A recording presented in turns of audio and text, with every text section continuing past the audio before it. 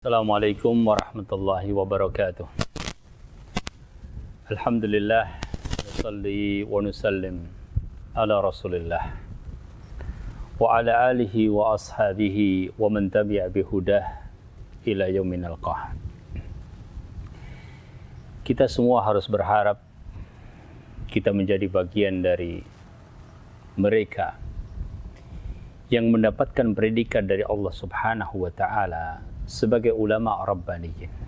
Karena Allah Subhanahu wa taala perintahkan, "Walakin kunu rabbaniyin bima kuntum tu'allimuna al-kitaba wa bima kuntum tadarusun." Akan tapi jadilah ulama rabbani karena kalian mengajarkan kitab Allah dan karena apa yang kalian telah pelajari.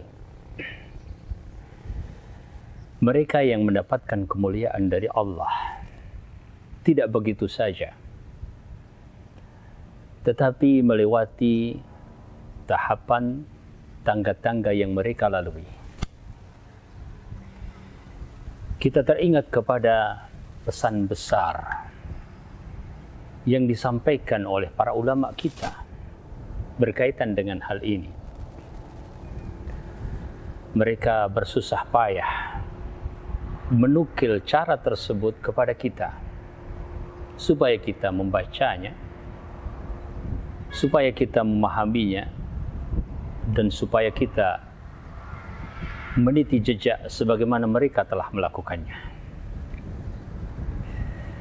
Di antaranya disebutkan di dalam kitab Jami' Bayanul Ilmi wa Fadlihi karya Ibnu Abdul Bar rahimahullahu ta'ala, sebuah nasihat emas dalam konteks ini yang diriwayatkan dari seorang alim besar, muhaddits, mujahid, Abdullah ibn al-Mubarak rahimahullahu ta'ala. Beliau menyebutkan awalul ilmi an-niyah, thumma al-istima', thumma al-fahm, thumma al-hifz,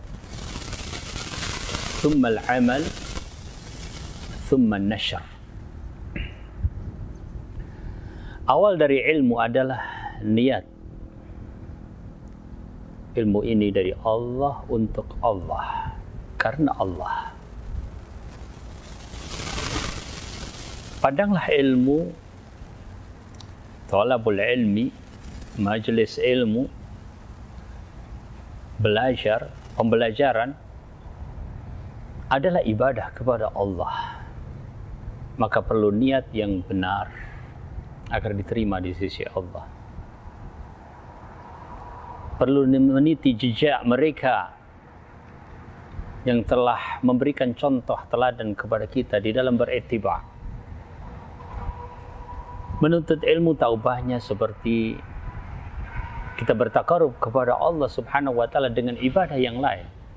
Sebagaimana kita bertakarrub dengan salat, kita bertakarrub dengan zakat, kita juga bertakarrub kepada Allah Subhanahu wa ta'ala dengan tahsilul ilm, mencari ilmu. Ikhlas kepada Allah Subhanahu wa ta'ala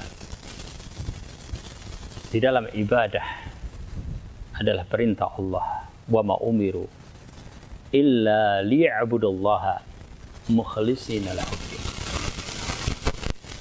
Karenanya para ulama selalu mengingatkan kita, bahkan dengan tulisan karya-karya ilmiah mereka, bab-bab yang sering disebut di awal bab-bab yang mereka tulis adalah tentang babun niyah, innamal a'malu binniyat.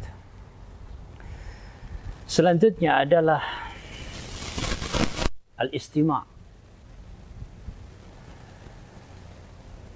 memperhatikan dengan pendengaran adalah cara untuk tahsilul ilm.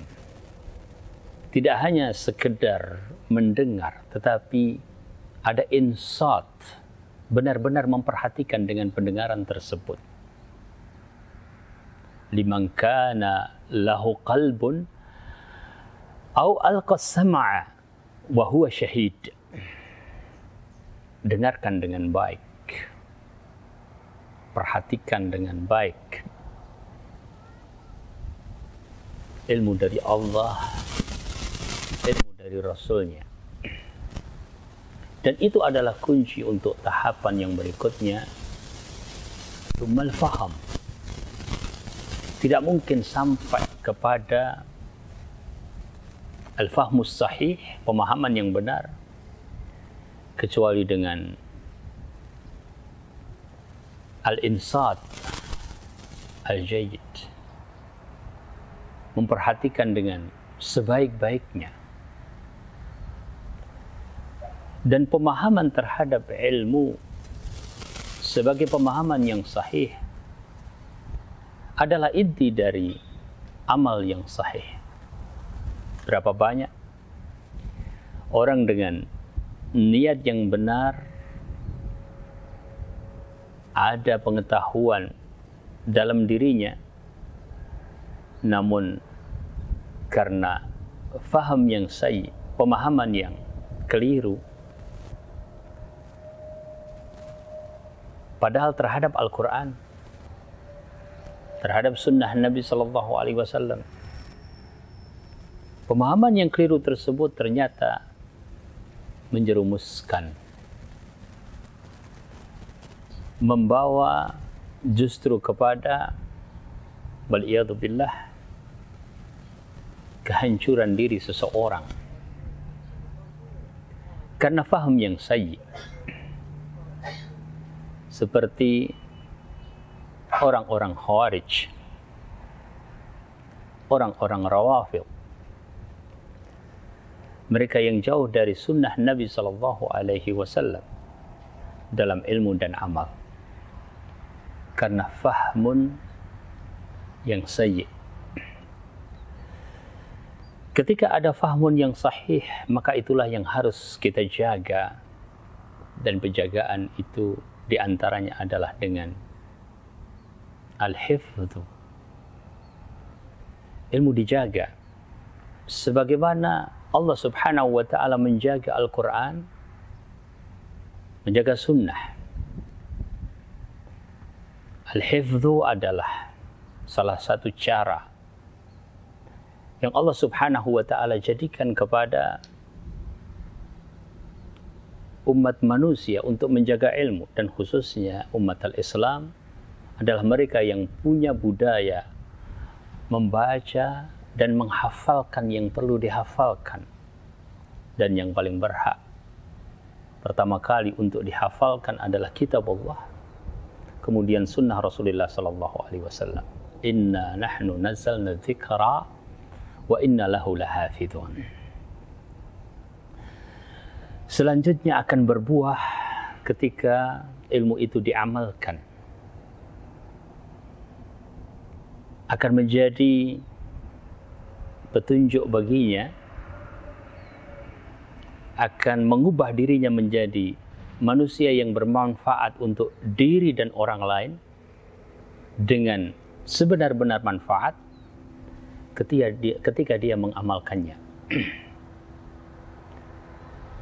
Mengamalkan ilmu adalah bagian dari tujuan ilmu tersebut, karena tanpa diamalkan maka laksana pohon yang tidak memberikan manfaat berupa buah. Allah Subhanahu wa ta'ala menyebutkan tentang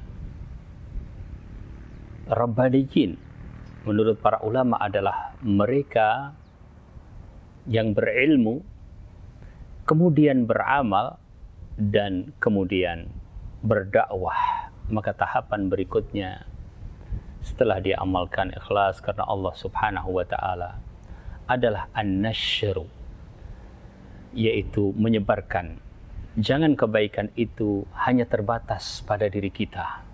Sebagaimana Allah turunkan agama ini sebagai rahmatan lil alamin, maka para pembawa rahmat itu adalah para nabi, para ulama, dan mereka yang mengikuti para ulama dengan menyebarkannya. Ud'u ila sabili rabbika bil hikmati wal mau'izatil hasanati wajadilhum billati hiya ahsan.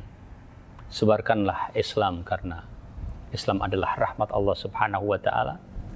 Tapi sebarkan dengan cara yang hikmah, dengan cara yang dicontohkan oleh Nabi kita sallallahu alaihi wasallam. Sajikan sesuai dengan hikmah sunnah nabawiyah.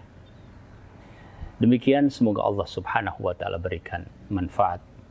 Aqulu qouli hadza subhanakallahumma bihamdik asyhadu an la ilaha illa ant astaghfiruka wa atubu ilaik.